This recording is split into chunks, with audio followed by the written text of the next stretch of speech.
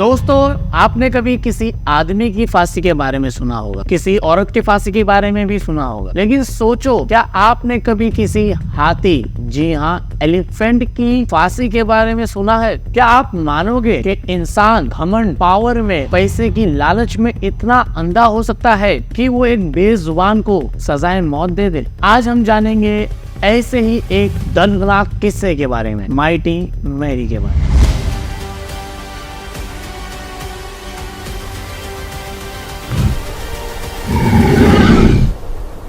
Mary एक Asian elephant थी। Mary का जन्म हिंदुस्तान में हुआ था अराउंड 1894 के करीब। यूएसए की एक circus company Parks world famous show circus Mary को खरीद लेता है और उसे टेनेसी लेके चला जाता है सर्कस करने के लिए। ये सर्कस कंपनी कुछ जगहों पे घूम घूम के छोटे छोटे शहरों में जाके अपना टेंट लगाती थी, जैसे आपने देखा होगा, और एक दो हफ्ते के लिए वहाँ रुक के सर्कस करती थी। इस सर्कस में करीब 30 हाथी थे, लेकिन जो बात मैरी में थी वो किसी में नहीं थी। मैरी सबसे ज्यादा बड़ी दिखने में थी, सबसे ज्यादा पावरफुल एंड मोस्ट इंपोर्टेंट, सबसे ज्यादा टैलेंटेड एलिफेंट थी। वो ऐसे करतब करके दिखाती थी, ऐसे ट्रिक्स करके दिखाती थी कि देखने वाला हर कोई हैरान हो जाता था, परेशान हो जाता था। पार्क वर्ल्ड फेमस सर्कस का सबसे बड़ा अट्रैक्शन, सबसे बड़ी अर्निंग का सोर्स था माइटी मैरी। लोग उसे माइटी मैरी के नाम से जाना करते थे और बहुत ज्यादा फैन फॉलोइंग थी उस समय में हमारे माइटी मैरी। सर्कस के जो हेड ट्रेनर थे उनका नाम था पॉल जैकोबी। मैरी के इतने अच्छे परफॉर्मेंस और इतने फेमस होने के पीछे उनका भी हाथ था कि उन्होंने इतने अच्छे से उसको ट्रेनिंग दी थी। पॉल ने करीब 4 से 5 साल तक मैरी को ट्रेन किया था, जिस वजह से उनके और मैरी के बीच का एक रिश्ता बहुत गहरा था। अगर आपको पता होगा तो एलिफेंट्स की बॉन्डिंग बहुत ज्यादा स्ट्रॉन्ग होती है, तो मैरी का रिश्ता पॉल से बहुत अच्छा था। कुछ समय बाद पॉल जो होते हैं वो सर्कस छोड़ देते हैं। सर्कस छोड़ने का रीजन क्या था वो ऐसा मेंशन नहीं हुआ है और हमें पता नहीं चला, लेकिन ये बात से मैरी बहुत उदास हो जाती है। ये मैरी का जो रिश्ता था पॉल के साथ वो टूट जाता है और मैरी को जब पॉल नहीं दिखते तो वो उदास होने लग जाती है। लेकिन इसके बाद भी मैरी सर्कस में जीन जान लगा के शो कर रही थी और सर्कस का काम अच्छा चल रहा था। सर्कस के ओनर न्यू केयरटेकर को हायर करते हैं, लेकिन वो जल्दबाजी में ये नहीं देखते हैं कि वो जिसको हायर कर रहे हैं क्या उसे हाथी को संभालना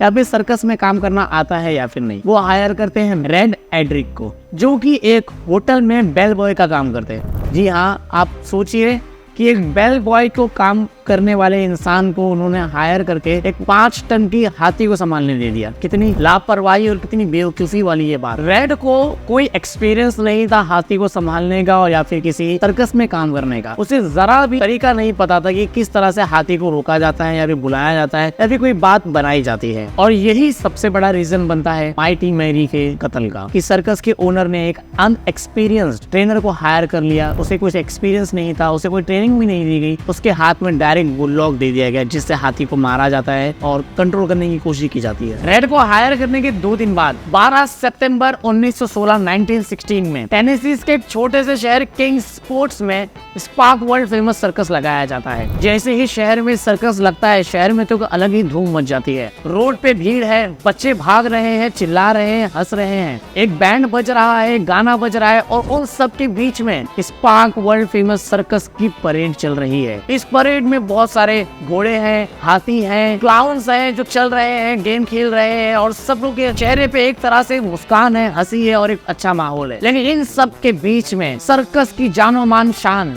हमारी माइटी मैरी चल रही है। हर कोई उसका नाम जानता है, हर कोई चिल्ला रहा है mighty Mary, mighty Mary. Mighty Mary को एक सजाया गया है सर्कस के कपड़ों में और वो रास्ते में चल रही है। इन सभी के बीच में मैरी को दिखता है एक तरबूज। शायद से मैरी भूखी है, शायद से मैरी परेशान है। मैरी उस तरबूज की तरफ बढ़ती है, लेकिन जो रेड मैरी की पीठ पे बैठा था उसे लगता है कि वो मैरी का कंट्रोल खो रहा है और वो अनजाने में, उसे तो एक्सपीरियंस था नहीं हाथी को संभालने का, वो बुल हॉक जो एक छड़ी होती है लोहे की हाथी को कंट्रोल करने के लिए, वो मैरी के कान के पीछे मारता है। अब बात यह है कि कान के पीछे का हिस्सा एलिफेंट्स के लिए बहुत सेंसिटिव होता है, तो जस्ट 1 सेकंड में मैरी के दिल में तूफान सा उठता है। मैरी अपनी सूंड उठाती है, रेड को पकड़ती है और 1 सेकंड में जमीन में पटक देती है और अपने पैरों से कुचल देती है।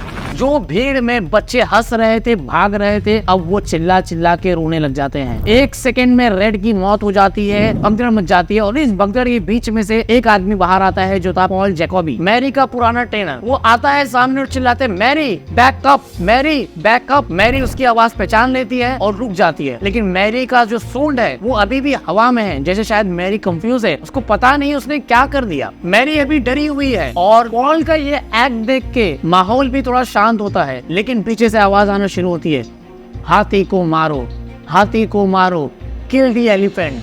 कुछ ही दूरी पे चार्ली स्पार्क जो कि सर्कस का ओनर है, उसका दिमाग तेजी से चलता है और वो सोचता है कि सर्कस की रेपुटेशन खतरे में है। अगर मैंने मैनी को जिंदा रखा तो लोग शायद से सर्कस से डर जाएंगे, टिकट्स की सेल्स गिर जाएगी, लोग सर्कस आना बंद कर देंगे और मेरा sparks world famous circus show बंद हो जाएगा। तो इस वजह से भीड़ की जो आवाज थी किल द एलिफेंट, ये स्पार्क्स के कानों में गूंजे जा रही थी। बार बार उसके दिमाग में यही बात चल रही थी कि किल द एलिफेंट।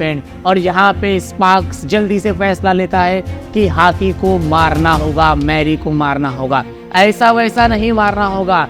स्पार्क फैसला लेता है कि मैरी को सबके सामने मारा जाएगा ताकि लोगों के अंदर सर्कस का भरोसा वापस से जाग जाए और लोग सर्कस आना शुरू कर दें। और यहाँ पे स्पार्क प्लान करता है पब्लिक एग्जीक्यूशन का, मतलब सभी लोगों के सामने वो मैरी को जिंदा मारेगा। मैरी को तुरंत चेन में बांधा जाता है और उसे ट्रेन के अंदर लोड कर दिया जाता है। अगले दिन 13 सितंबर 1916 मैरी को ट्रांसपोर्ट करके एरविन सिटी में लेके जाया जाता है, जो कि 12 से 15 माइल्स की दूरी पे था।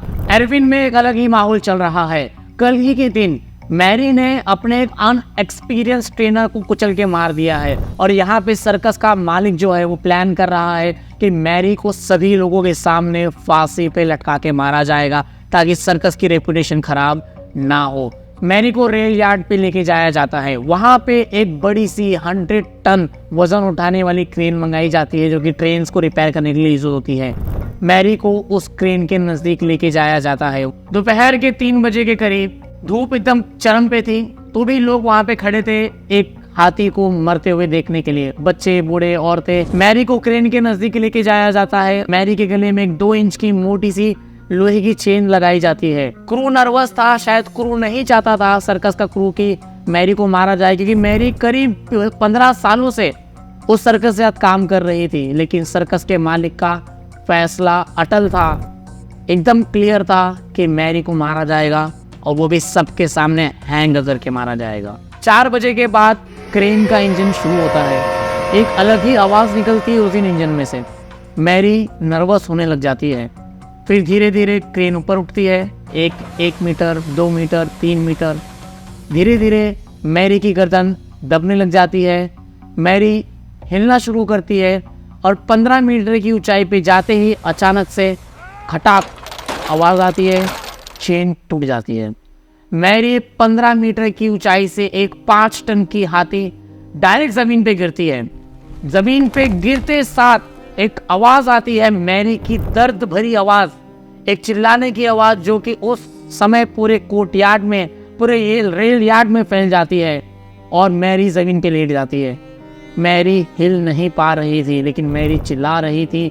मैरी अपने दर्द को बताने की कोशिश कर रही लोगों को कि मेरी गलती नहीं है, मैंने गलती से वो कर दिया, मुझे माफ कर दो। लेकिन लोग अभी भी कह रहे थे मारो मैरी को मारो। बच्चे रोने लग जाते हैं, लोगों में थोड़ा सा टेंशन आता है, कुछ लोग दुख दिखाते हैं, लेकिन कुछ लोग अभी भी चाहते थे कि मैरी को मार दिया जाए। सर्कस का जो क्रू था वो जल्दी से आता है, मैरी के गर्दन में एक और मोटी चेन बांधता है और मैरी को फिर से फांसी पे लगा दिया जाता है। भीड़ में से कुछ लोग उस समय मैरी की फोटो खींच लेते हैं और मैरी तड़प तड़प के फांसी पे मर जाती है। जी हाँ, एक बेजुबान हाथी जिसने 15 सालों तक वहाँ पे एक सर्कस में काम किया, उसको चेन में बांध के रखा गया, फैमिली से दूर रखा गया और उसको क्या अंजाम दिया गया, उसे फांसी पे लटका दिया गया, उसको मार दिया गया। सोचो जब मैरी जमीन पे गिरी होगी उसे कितना दर्द हुआ होगा, उसने कितनी चीखी होगी, उसने लोगों की आंखों में देखा होगा। एलिफेंट्स की मेमोरी बहुत अच्छी होती है, वो अपने आसपास के हर किसी को पहचान पा रही थी, लेकिन कोई उसका अपना नहीं था और इस तरह से मैरी मर जाती है। मैरी को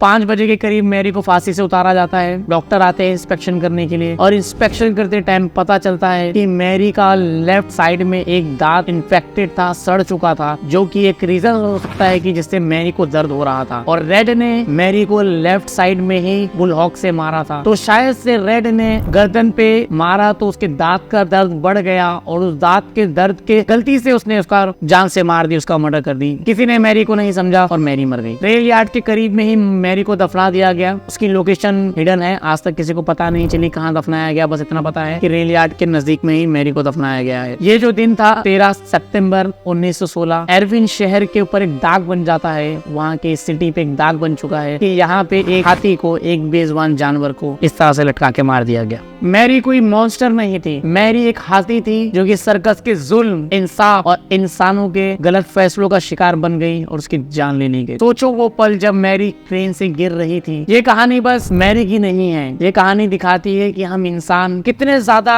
पैसे के भूखे हो जाते हैं, कितने ज्यादा ताकत के भूखे हो जाते हैं। जो लोग वहाँ पे कह रहे थे kill the Mary, kill the Mary, kill the elephant, उसका बस यही एक रीजन था कि मैरी ने एक इंसान को मार दिया है। यहाँ पे ये किसी ने नहीं देखा कि वो ट्रेनर की गलती है, उससे काम करना नहीं आता था। यहाँ पे सर्कस के ओनर की गलती है जिसने एक अनएक्सपीरियंस आदमी को हाथी संभालने के लिए दे दिया, वही 5 टन का एक हाथी। ये किसी ने नहीं देखा। लोगों ने देखा तो बस ये कि एक हाथी ने एक इंसान को मार दिया है और इंसान ने अपनी ताकत, अपना घमंड दिखाने के लिए एक बेजुबान को सजाए मौत दे दी। इकलौता केस नहीं है, ऐसे और भी केस आपको मिलेंगे जहाँ पे हाथियों को किस तरह बेरहमी से मार दिया गया है। तो अगर आप कभी सर्कस जाओ और वहाँ पे एनिमल्स क्रूएलिटी देखो कि किस तरह से एनिमल्स को ट्रेन कराया जा रहा है, वो ट्रेनिंग ऐसा नहीं है कि हाथी को खाना खिला खिला के ट्रेनिंग दिया जाता है। उन हाथियों को, उन टाइगर्स को, लायंस को चाबुक की मार से भूखा रख रख के ट्रेनिंग दिया जाता है। आप सोचेंगे ये लायन तो बहुत हंसते हंसते शो कर रहा है, ये एलिफेंट बहुत हंसते हंसते शो कर रहा है। नहीं, बहुत ज्यादा सफर करते हैं वो एनिमल, बहुत ज्यादा दर्द पीड़े में रहते हैं, अपनी फैमिली से अलग रहते हैं और उन्हें क्या मिलता है? कुछ नहीं, ऐसे ही फांसी पे लटका दिया जाता है। जब वो बूढ़े हो जाते हैं उनको मार दिया जाता है, छोड़ दिया जाता है। उस जमाने में एनिमल लॉ जैसी चीजें नहीं हुआ करती थी। अदरवाइज अगर इस जमाने में होगा तो अब हम थोड़ा समझते हैं कि एनिमल्स को भी फीलिंग्स होती हैं, उन्हें भी दर्द होता है, उनके अंदर भी फीलिंग्स होती हैं। तो हम इस जमाने में तो ऐसा नहीं करेंगे, लेकिन उस जमाने में हम समझ सकते हैं कि इंसान कितना जाहिल था और कितना पैसे का